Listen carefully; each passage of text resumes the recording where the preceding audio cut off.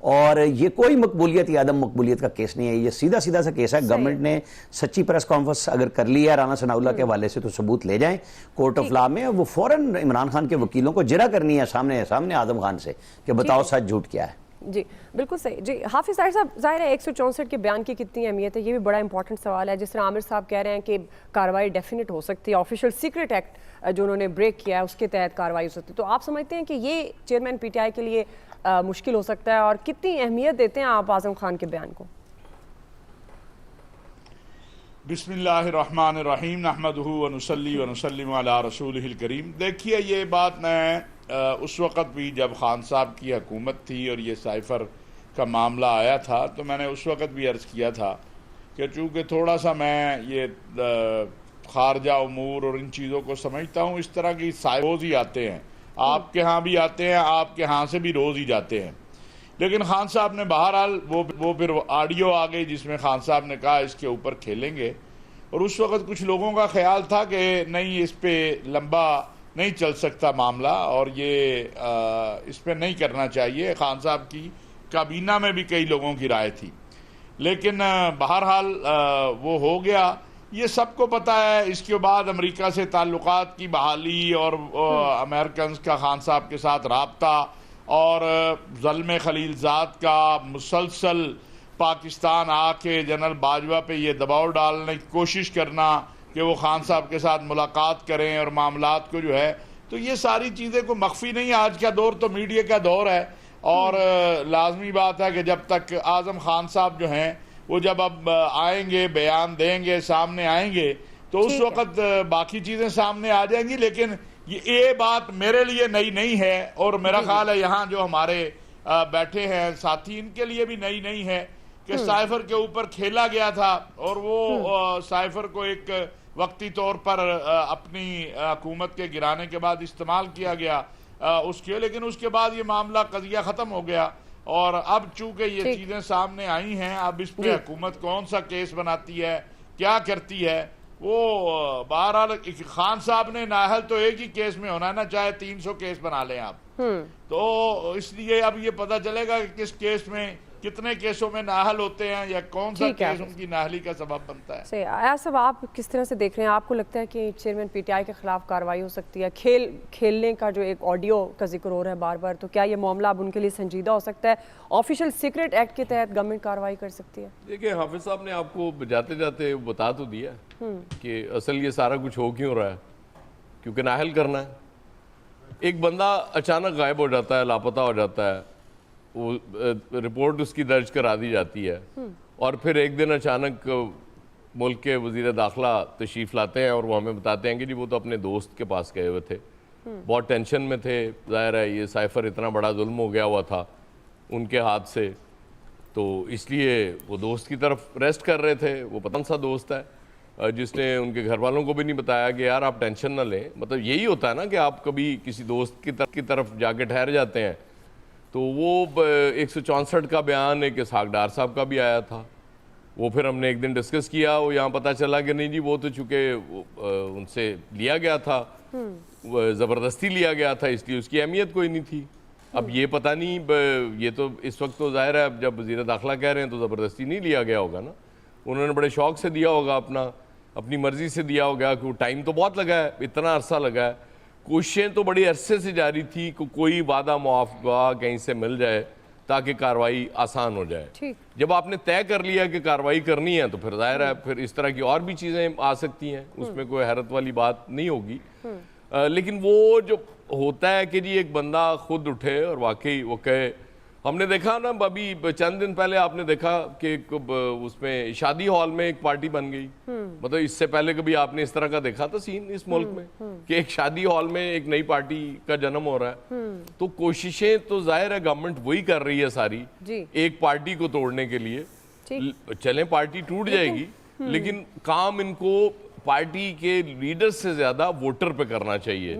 ہاں, ووٹر پہ کام کریں گے پھر ان کو فائدہ ہوگا, ورنہ میرے خیال مسائل ان کے لیے بڑھتے جائیں گے. جی عامر صاحب کوئکلی دعا. ایاز صاحب کہہ رہے تھے کہ مہمان ہو گئے ہوں گے. بھائی ناردرن ایریا میں مہمان نہ ہوں, میں تو سینٹرل پنجاب میں مہمان رہ آیا ہوں, وہ ادھر نہیں جانا. صحیح ہے.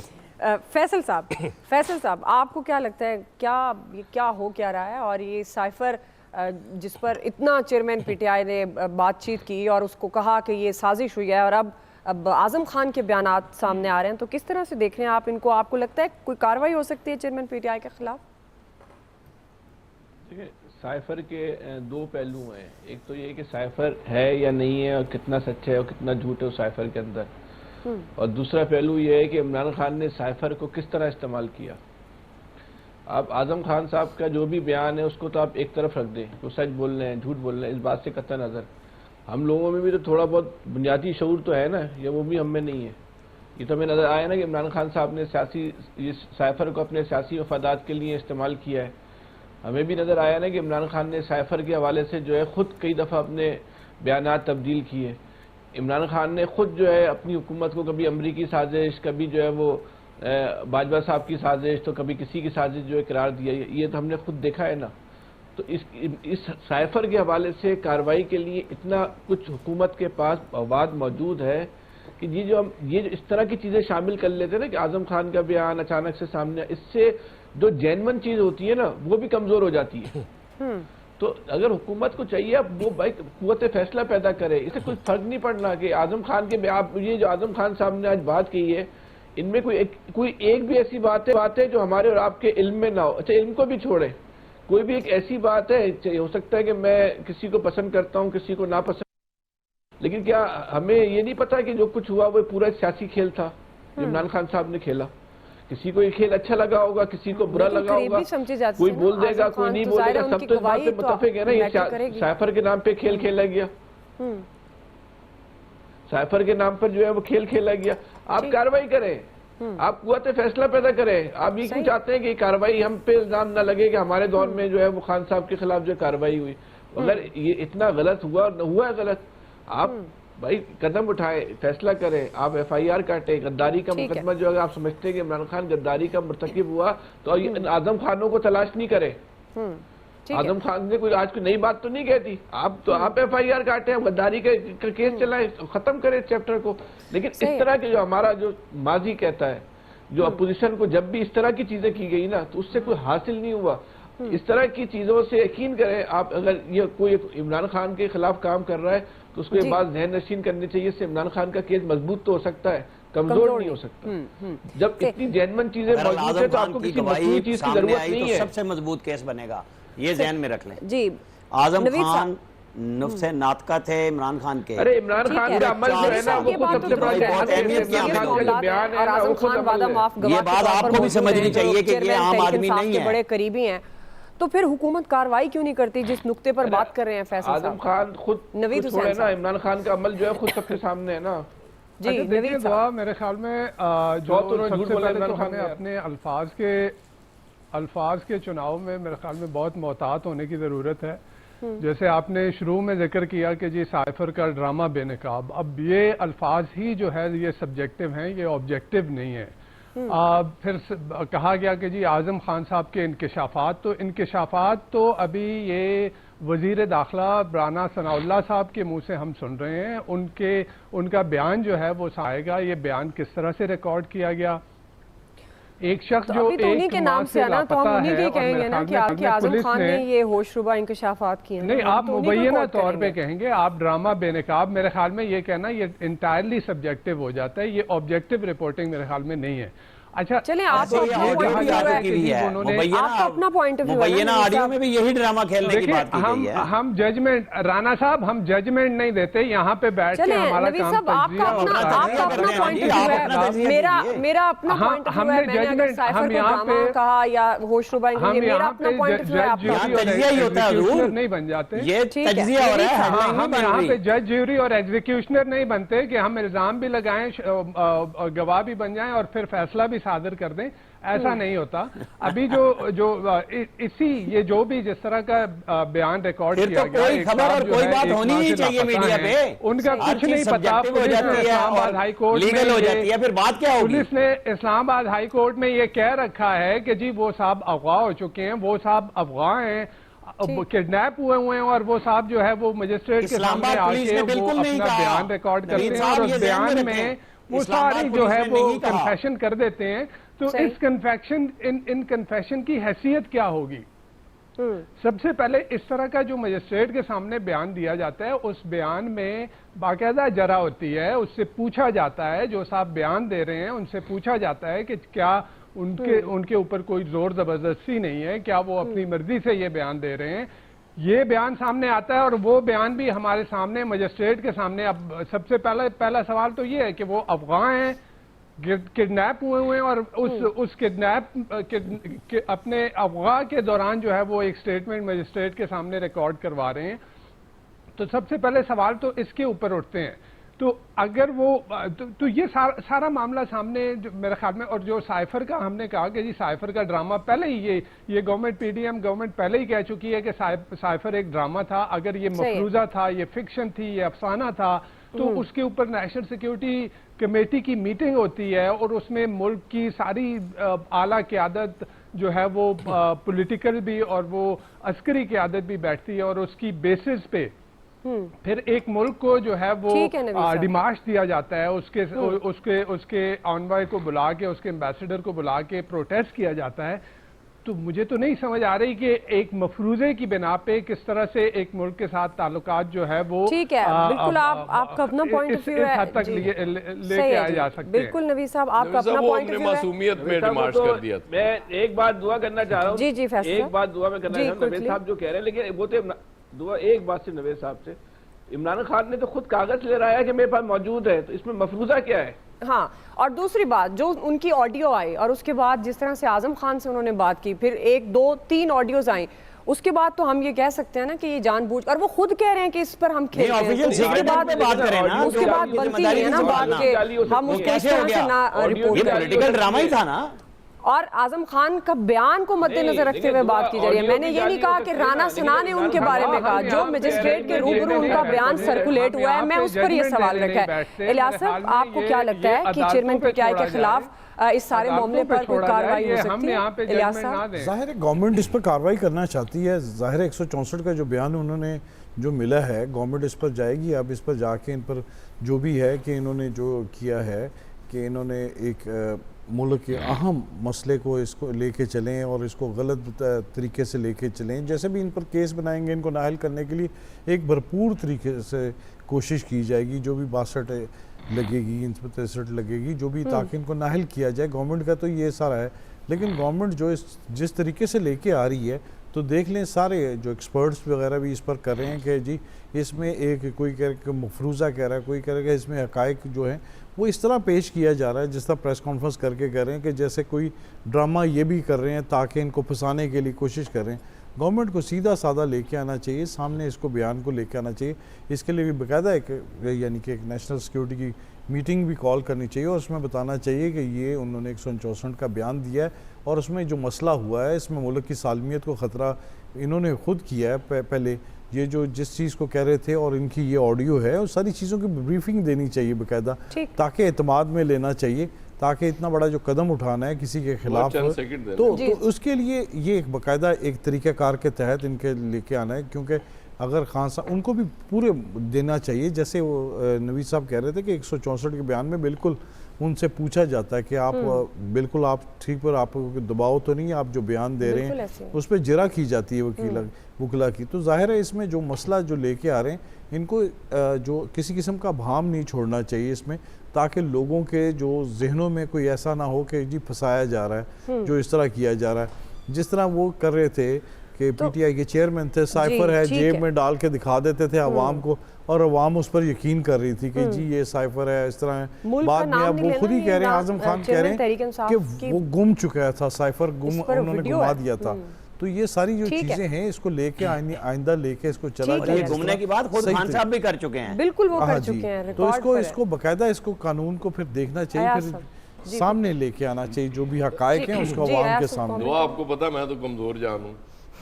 میں تو ریکویسٹ ہی کیا کرتا ہوں، میں یہ جو اتنی محنت کر رہے ہیں نا یہ مجسٹریٹ کے سامنے بیان ریکارڈ کرنے کی، یہ تھوڑی سی توجہ ادھر بھی دے دے. بارش نے برا حال کیا ہوا لاہور کا، ادھر نہیں ہے توجہ. ابھی تک 4 لوگ جاں باک ہو چکے ہیں کرنٹ لگنے سے اور مختلف واقعات میں. خدا نہ نہ جائے ادھر بھی ریکارڈ کرا دو بیان کدھر ہے بارش دے مجسٹریٹ دے سامنے بھی آ کے. تہاڈی بڑی مہربانی. آپ نے صحیح ہائی لائٹ کیا لیکن خبر لے آؤ نا پھر سارے بیان بھی دیں گے. خبر آ گئی. عام آدمی سے ریلیٹوز پر ہمارے ملک میں کوئی کام نہیں ہوتا. اور ابھی ویسے جو آج کل دور چل رہا ہے نا، جو سیزن سیاستدانوں کا، حکمرانوں کا، وہ صرف یہی ہے کہ آپ نے اپنی اقتدار اور اپنی کرسی کی جنگ لڑنی ہے، اور عوام جس کے ووٹ سے آپ جا کر حکومت کرتے ہیں، کرسی پر بیٹھتے ہیں، اقتدار میں آتے ہیں، وہ بھاڑ میں جائے، اس کے بارے میں کسی نے نہیں سوچنا. بہرحال جی ایکسپرٹس کیا کہتے ہیں کہ یہ جو سائفر پر اعظم خان کا بیان ہے وہ کتنا امپورٹنٹ ہو سکتا ہے، کیا کارروائی ہو سکتی ہے، کیا آفیشیل سیکرٹ ایکٹ کے تحت چیئرمین تحریک انصاف کے لیے یہ مشکلات کا شکار وہ ہو سکتے ہیں اس معاملے میں. آپ نے وہ رائے جان لی ہے. بریک لے لیتے ہیں، بریک سے واپس آئیں گے. جو دوسرا بڑا سوال ہے، مردم شماری اور حکومتی مدت کے بعد نگران سیٹ اپ پر نون لیگ اور پیپلز پارٹی کے درمیان اختلافات سامنے آئے ہیں. اب نگران وزیر اعظم سینئر سیاستدان ہوگا یا بیوروکریٹ، یہ ہمارا سوال ہوگا. رائے لیں گے بریک کے بعد. ناظرین، حکومت کا کاؤنٹ ڈاؤن جاری ہے. مدت میں تقریباً 6 دن باقی ہیں، مگر اتحادی حکومت کی بڑی جماعتوں کے درمیان کئی اہم معاملات پر اختلافات سامنے آ رہے ہیں. مردم شماری کے معاملے پر نون لیگ اور ایم کیو ایم پاکستان آمنے سامنے ہے. متحدہ نے پرانی مردم شماری کے تحت ہونے والے الیکشن کے نتائج ماننے سے انکار کیا ہے، جبکہ حکومت کی مدت کے معاملے پر نون لیگ اور پیپلز پارٹی کے درمیان بھی اختلافات دیکھنے میں آ رہے ہیں. پرائم منسٹر شہباز شریف وقت سے پہلے اسمبلیز توڑنے کا اشارہ دے چکی ہیں اور اس پر بھی غور شروع کر دیا، مگر پیپلز پارٹی نے اب اس سے اختلافات کرتے ہوئے یہ واضح کیا ہے کہ حکومت کو اپنی مدت پوری کرنی چاہیے. اگر اسمبلی قبل از وقت توڑی گئی تو یہ جمہوریت کے لیے اچھا شگن نہیں ہوگا.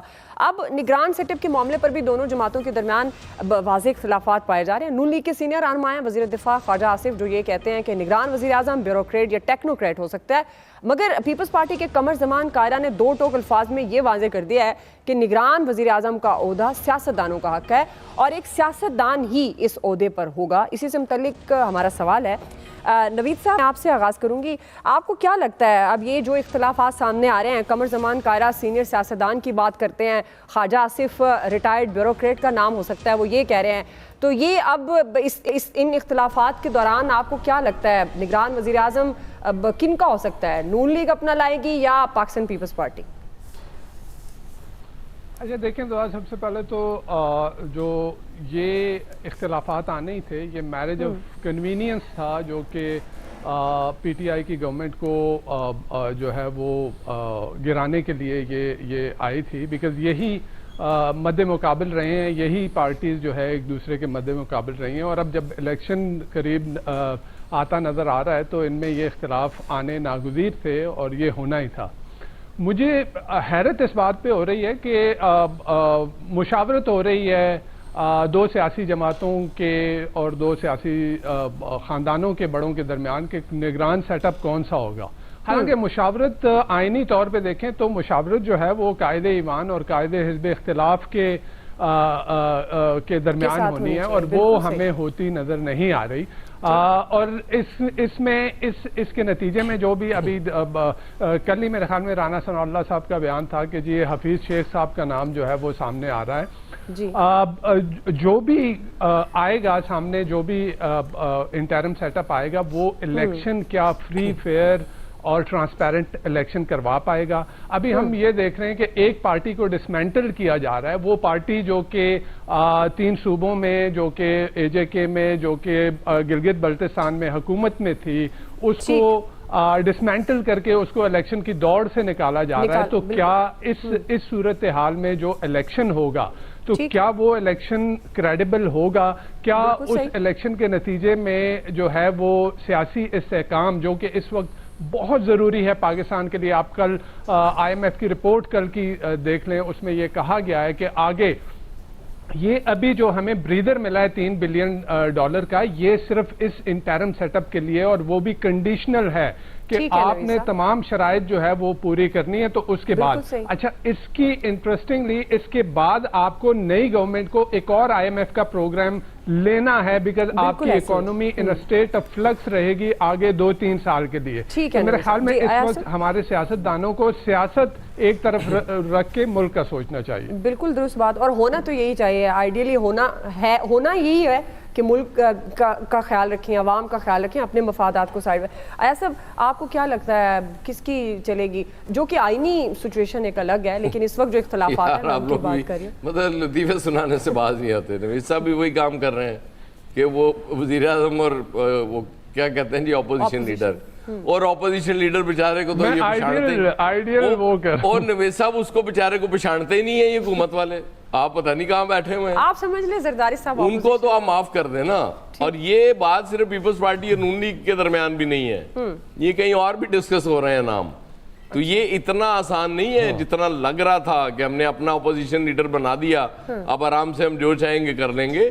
یہ پاسبل نہیں ہوگا. آپ کو پتہ ہے یہاں پتہ نہیں کہاں سے کس کی ڈور ہلائی جا رہی ہوتی ہے اور اس کے مطابق وہ بیان دے رہا ہوتا ہے. تو اس لیے اب دھیرج رکھیں. بڑا اچھا آئے گا وزیر اعظم آپ کے سامنے، چیف منسٹر پنجاب آپ کے سامنے. دیکھیں نا آپ کو کچھ آئیڈیا ہے؟ آپ نے کبھی تصور کیا تھا کہ چیف منسٹر پنجاب محسن نقوی صاحب ہو جائیں گے؟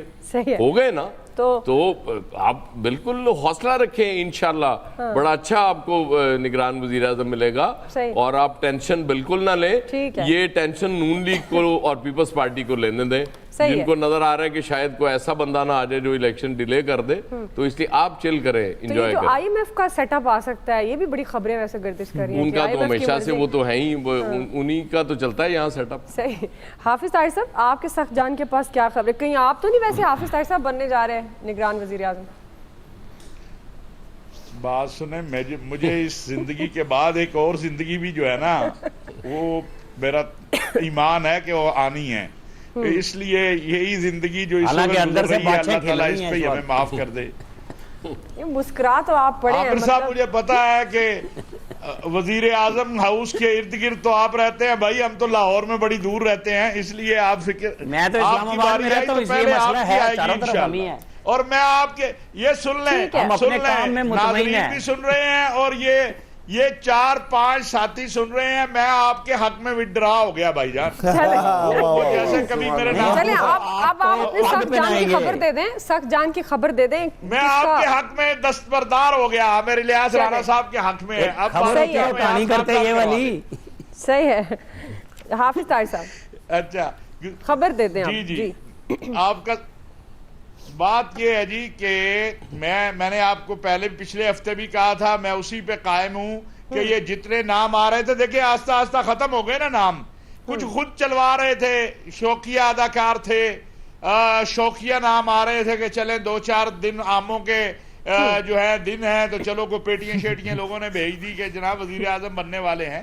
میرا خیال ہے کہ ابھی تک کوئی چیز طے نہیں ہوئی کہ کس نے وزیر اعظم بننا ہے. اور بالکل ایاز خان صاحب نے درست کہا ہے، اور سخت جان کی بھی یہی اطلاع ہے. وہ جدہ سے بھی پھر آیا، میں نے اسے کہا تھا، اس نے کہا میں جدہ سے بھی دبئی سے بھی ہو آ کے آیا ہوں، ابھی فی الحال کوئی نام جو ہے وہ سامنے نہیں ہے، بہت سی چیزیں ہیں.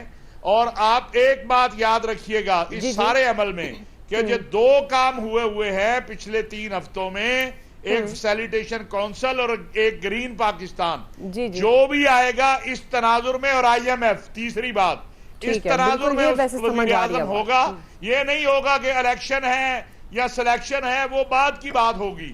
اسی لیے یہ پریشان ہے ساری جو اصل طاقتور قوتیں ہیں، جو سیاسی طاقتور قوتیں ہیں، وہ اسی لیے پریشان ہے کہ کوئی ایسا نہ ہو جائے کہ اگر الیکشن آگے چلے گئے تو ایک یہ بھی پریشانی ہے کہ غیر مقبول نہ ہو جائے. تو یہ بہت سی چیزیں ابھی چل رہی ہیں، ابھی آنے والے دن ہی کوئی فیصلہ کریں گے. صحیح ہے عامر صاحب، جلدی کوئی نہیں ہے.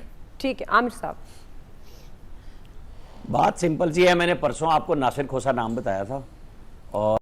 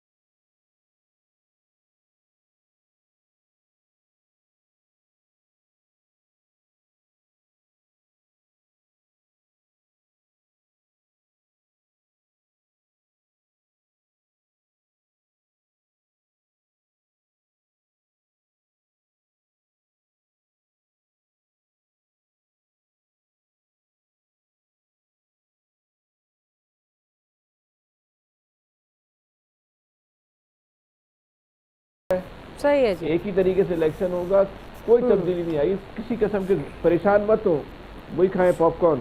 ٹھیک ہے. آج آپ نے ویسے پاپ کارن لانے تھے اور آپ نے بھیجنے تھے لاہور بھی, اسلام آباد بھی, لیکن آپ نے بھیجے نہیں. اور خاص طور پہ